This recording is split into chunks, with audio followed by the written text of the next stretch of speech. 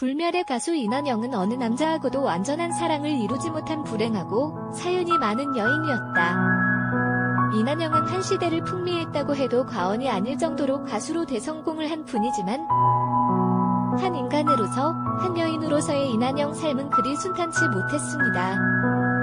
유명세에 비해서 삶의 모습은 잘 알려져 있지 않은데 오늘은 그의 가수로의 성장 과정과 삶의 모습을 중심으로 소개를 해보도록 하겠습니다.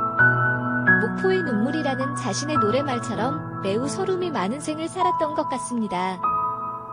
귀에 감기듯 애절한 콧소리로 민족의 울분을 노래했던 목포의 눈물의 주인공은 이난영. 그녀의 노래는 일제치하에서 고통받는 민족의 슬픔과 울분을 대변하는 한의 가락이었다. 그래서 대중가수로는 드물게 민족가수로까지 추앙을 받았다. 그녀는 또 작곡가인 남편 김혜송과 함께 한국 최초의 뮤지컬 악단 KPK 악단을 창립, 우리 땅의 새로운 음악을 수혈한 개척자였다. 해외에서 명성을 날렸던 최초의 보컬그룹 김시스터즈와 김보이스를 키워낸 억척스런 어머니이기도 했다. 남편은 납부 때 생이별을 했고 홀로 남은 자신을 보살펴준 가수 남인수는 병으로 떠나보냈다. 하지만 여성으로서 이난영은 불행했다. 비련의 여인으로 세상의 주목을 받다가 쓸쓸하게 생을 마감한 이난영의 목포의 눈물은 그래서 더욱 잊을 수 없는 트로트 명곡으로 불려진다. 이난영, 본명 이옥래, 은 1916년 전남 목포 육정거리의 허름한 초가집에서 일남 일녀 중 막내로 태어났다. 농사철이면 품앗이로 연명해야 하는 가난한 집이었다. 부친은 일자무식의 소문난 술주장꾼. 그래도 예술적인 끼와 능력은 타고났는지 2살 위인 오빠 복룡은 제대로 교육을 받지 못했음에도 불구하고 유명한 작곡가로 컸다. 그는 보통학교를 거쳐 2년제 심산고등과를 마친 뒤 목화공장의 직공으로 가게를 도왔고 이난영은 목포 공립보통학교를 4년 다닌 게 학력의 전부다. 어려서부터 노래 잘 부르는 꼬마 가수로 소문났던 그녀는 유성기 소리를 듣기 위해 일본인 집에 보모를 자청해 들어갔다. 매일 유성기 노래를 따라 부르는 그녀의 노래 재질을 알아본 일본인 주인은 순회 극단의 공연 무대에 막간 출연을 주선해 주었다. 16살이 되던 1932년 어느 날 태양극단의 목포 공연 때 처음으로 무대에 섰다. 박승희 단장은 그녀의 노래를 듣고 깜짝 놀랐다. 정식 가수는 아니고 막간 가수였다. 박 단장은 이름이 촌스럽다며 안녕이란 예명을 지어주었다. 그 자리에서 극단의 일원이 되었다. 태양극단의 막내로 구진이를 도맡아 하며 8개월간 전국을 돌던 중 일본 오사카로 공연을 떠났는데 갑자기 일본에서 극단이 해산돼 버렸다. 갈 곳 없는 이난영은 변두리 극장 분장실에 기숙해야 했다. 그때 구세주가 된 사람은 OK 레코드 사장 이철씨. 돌아갈 차비도 없어 떠돌이 신세로 전락했다. 일본의 조선 레코드 특약점 주인이 이난영이라는 가수에 대해 칭찬을 늘어놓자 귀가 번쩍 뜨인 이철은 수소문 끝에 떠돌고 있던 그녀를 찾아냈다.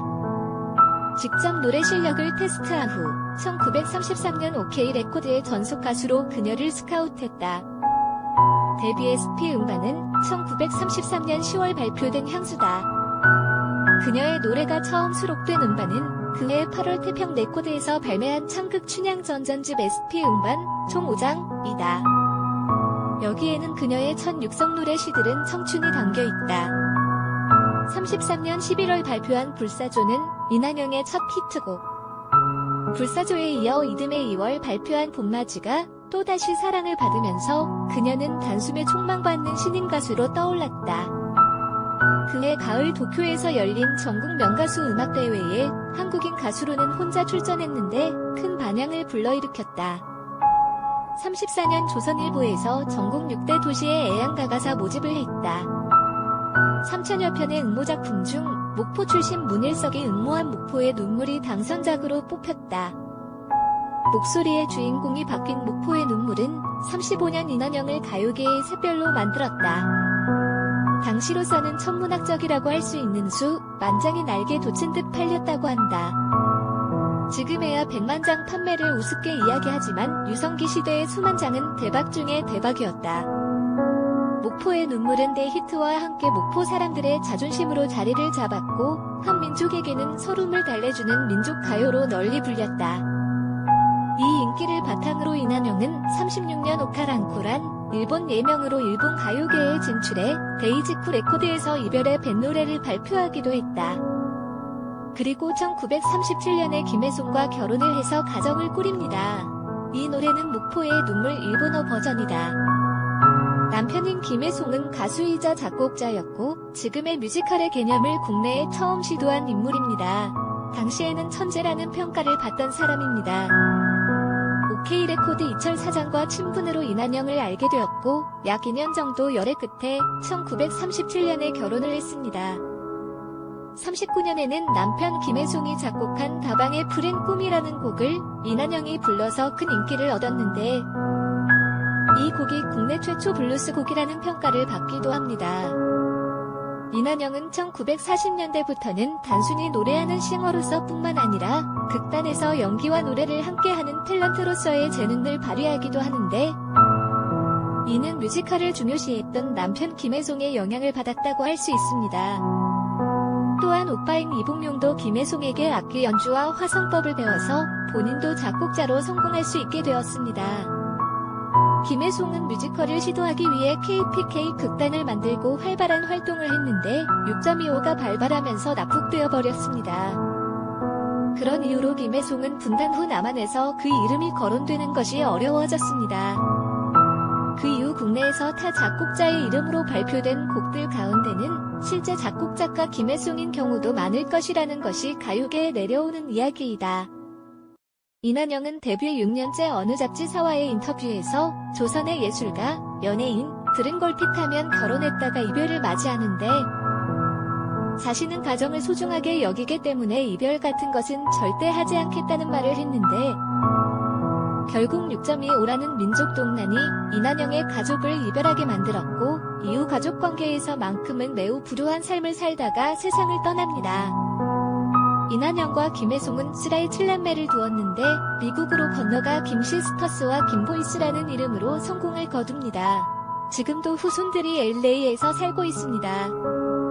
한편으로는 이난영의 후손들이 한국에 살지 않고 일찍부터 고국을 떠난 것이 이난영 사후 기념관 건립이나 각종 추모 사업이 진척되지 않는 주요 원인 중에 하나인 것 같다는 생각도 듭니다.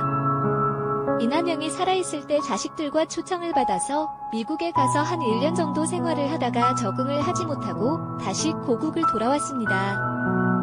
인생의 허무함에 몸서리쳤던 이난영의 유일한 친구는 술이었다. 1965년 9월 11일 새벽 이난영은 알코올 중독으로 숨진 채로 발견되었다.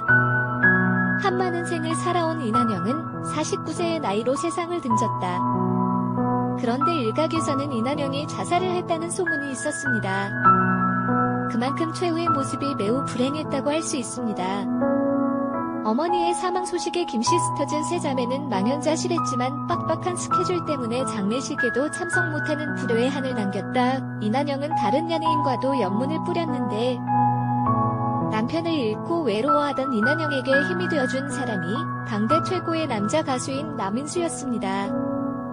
원래 남편인 김혜송에게 여자가 생겼었는데 후배 연예인인 김은아라는 여자였습니다. 그러나 여기에도 사연이 많습니다. 반대로 이난영이 남편을 잃고 나중에 남인수와 가깝게 지냈는데 남인수의 원래 부인이 바로 자신 남편의 여자였던 김은아라는 사람입니다. 이렇게 해서 두 사람 악연을 갖게 되었는데 남인수가 세상을 떠나기 직전에는 이난영을 멀리하고 원 부인인 김은아라는 여인을 다시 찾았다고 합니다. 두 집안의 악연은 자녀들에 의해서 끊겼는데 자녀들이 결혼을 해서 미국으로 건너가 살게 됩니다. 그러니까 이난영이 원수처럼 생각하던 여자를 자신의 아들이 장모로 모시고 살게 된 셈이었습니다. 이난영은 어느 남자하고도 완전한 사랑을 이루지 못한 불행하고 사연이 많은 여인이었다는 생각입니다. 목포의 눈물이라는 자신의 노래말처럼 매우 서름이 많은 생을 살았던 것 같습니다. 이난영은 개인적으로 불행한 삶을 살았지만 노래를 통해 온 국민을 위로하고 목포라는 도시를 전 국민에게 알리는 그 공을 세웠습니다. 요즘 지자체에서 역사적 인물들을 활용하여 자기 고장 알리기에 많은 노력을 하고 있습니다.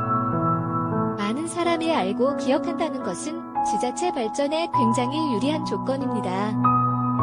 심지어 북한 동포들도 이난영과 목포의 눈물이라는 노래를 알고 있을 정도니까 과거에 흘러간 인물로 간주할 것이 아니라 아직도 존재하는 이난영의 문화적 상징성에 많은 관심을 가져야 할 것 같습니다.